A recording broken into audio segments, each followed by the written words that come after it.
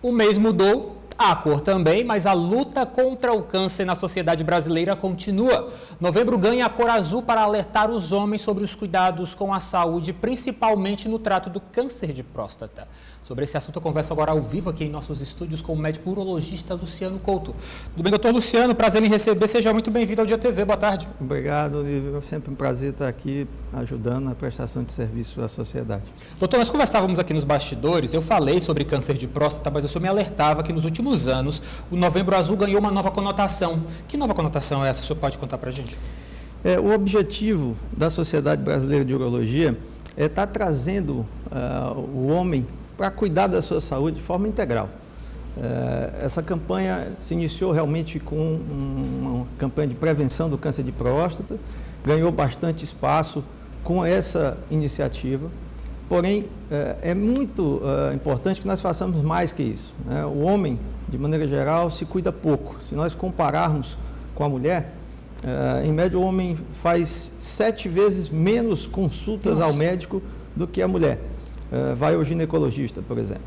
Então, é interessante que nós consigamos trazer o homem cada vez mais para cuidar da própria saúde. Então, esse é hoje o maior foco dessa campanha, que nós consigamos conscientizar o homem para que ele passe a cuidar integralmente da saúde, não apenas do câncer de próstata, mas diversos outros cuidados. Sim. Saindo de alimentação mais saudável, de atividade física, controle de peso, controle de pressão arterial, cuidados com doenças degenerativas de maneira geral, como diabetes, né? Então, buscar realmente cuidados com a saúde que possam trazer um ganho geral lá na frente para que nós consigamos diminuir uma diferença que hoje é marcante. Os homens brasileiros vivem em média 7 anos a menos que as mulheres. Então, nós podemos melhorar isso e o objetivo da campanha agora vai nesse sentido. Doutor Luciano, mas já que nós começamos a falar sobre essa necessidade de nos preocuparmos com a nossa saúde pelo câncer de próstata, qual a importância da próstata no contexto orgânico do homem? Isso é uma pergunta interessante, Lívia, porque parece que a próstata só serve para fazer mal. É verdade. Está ali escondidinha, você está pensando nela quando dá algum problema. E, na verdade, ela tem papel fundamental no processo reprodutivo. Né? Sem próstata não dá para ter filhos, pelo menos pela via natural. Sim. E também faz parte muito significativa no mecanismo de controle miccional. Então, por isso mesmo, em algumas cirurgias prostáticas, quando elas são necessárias, o indivíduo corre o risco de perder o controle miccional. E ele pode ficar com incontinência urinária, por exemplo. Sim. Então, ela tem um papel importante do ponto de vista fisiológico, mas, infelizmente, está sujeita à degeneração com o passar da idade.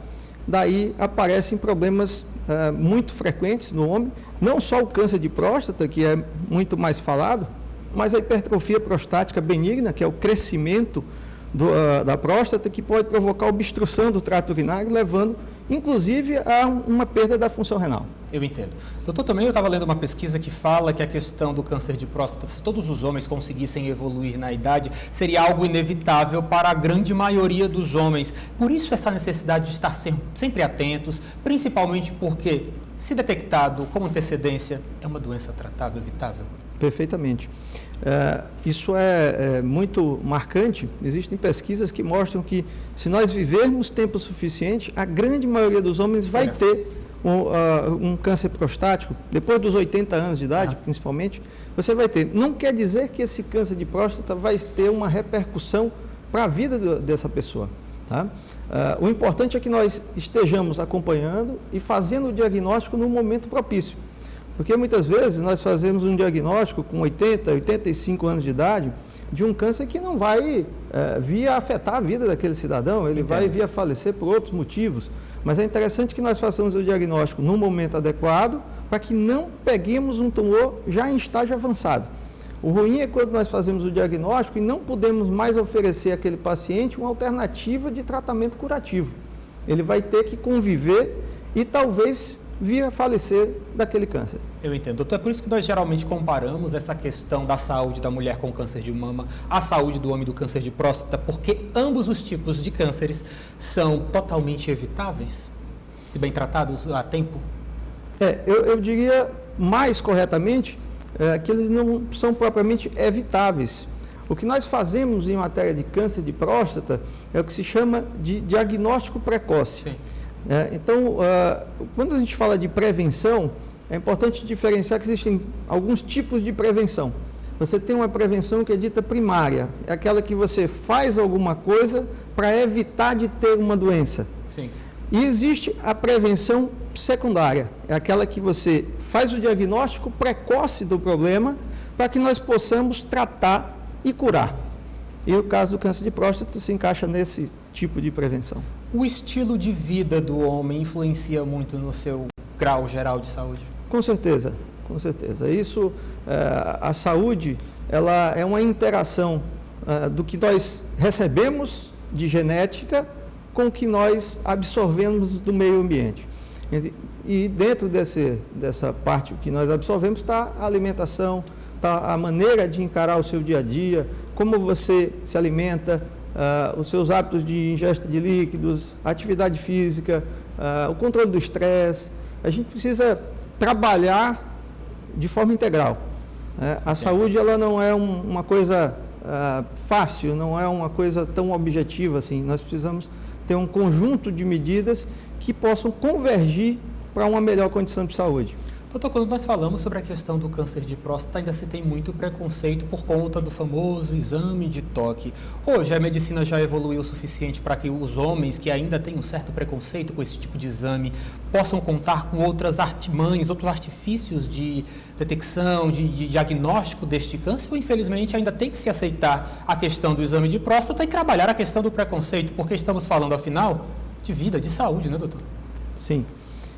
O mais importante aqui, Lívia, é que nós temos que lançar mão nesse tipo de situação de todas as medidas que forem necessárias e todas as que estão disponíveis. Quando nós falamos em detecção de câncer de próstata, principalmente quando se fala em termos populacionais, quando você pensa num país como um todo, a gente precisa adotar as medidas que são mais eficientes com um custo que seja aceitável para o país. Claro. Então, nesse ambiente, o exame de toque, ele é muito importante. Embora ainda tenhamos que continuar trabalhando essa questão do preconceito, eu vejo que nós evoluímos bastante nos últimos anos. Com certeza. Né? A campanha do Novembro Azul se iniciou no Brasil só em 2014. Embora ela já venha de 2003, né, um movimento que iniciou na Austrália, aqui é a primeira vez que nós tivemos realmente entidades da saúde trabalhando, fazendo realmente uma campanha, foi em 2014, então é muito pouco tempo ainda, e a gente observa que nesse período nós tivemos uma melhora significativa na procura dos homens pelo cuidado com a saúde, no diagnóstico precoce de câncer, e isso tem sido gratificante. Nós estamos vendo que a coisa tem funcionado. É evidente que ainda precisamos evoluir muito, né? Isso é da nossa cultura, a cultura latina tem mais esse preconceito e o homem precisa destravar um pouquinho ainda. E nós temos novidades, temos coisas muito boas, exames mais novos, mais tecnológicos, que têm melhorado a cada ano. Por exemplo, hoje em dia a ressonância magnética é um exame que tem uma eficiência muito grande para identificar já uma lesão dentro da próstata, mas não é perfeita também, né? E o exame de toque tem o seu espaço dentro desse arsenal, que em muitas situações ele é imprescindível. Doutor, aproveitando desde já a sua participação aqui e agradecendo a sua vinda ao Dia TV, vamos deixar então esclarecido para os homens a partir de quando realmente, qual deve ser essa rotina de frequência no urologista por conta do câncer de próstata, mas é claro, qual deve ser a frequência dos homens no cuidado, no cardiologista, no clínico geral, olhando e sempre observando e buscando saúde. Qual deve ser essa frequência do cotidiano? Em relação ao câncer de próstata, a recomendação da Sociedade Brasileira de Urologia hoje é que iniciemos aos 50 anos de idade. Sim. Tá? Os indivíduos que apresentam um antecedente familiar de câncer de próstata, indivíduos de raça negra e os indivíduos obesos, eles têm um risco um pouco maior de desenvolver câncer um pouco mais cedo. Então, nesse caso, se inicia aos 45 anos de idade. Sim. Se o indivíduo tiver sintomas do trato urinário, ele deve procurar o médico a qualquer momento, independente da idade. Tá? Então, se ele tem sintomas que prejudiquem a sua micção, lhe causem dor, alterações da sexualidade, ele deve procurar precocemente o médico, independente da idade. Mas essa seria a recomendação geral. Em relação aos demais cuidados, isso vale para a população geral, né? A gente passou dos dos 25 anos de idade, acho que todos devem fazer as suas consultas médicas anualmente. Faz com o clínico geral, faz uma avaliação cardiológica, seus exames laboratoriais, para identificar o aparecimento das doenças degenerativas, infecciosas, ou, claro, desde que apareça qualquer sintoma, você deve procurar o médico, independente de data. Ok, doutor Luciano, muito obrigado pela sua participação, uma excelente semana e, é claro, as portas da Udia TV estão sempre abertas. Lembrando que o Novembro Azul será o mês em que vamos falar mais sobre a saúde masculina, mas saúde masculina se fala todo dia. Obrigado, doutor, volte sempre. Eu agradeço, boa tarde a todos. Boa tarde.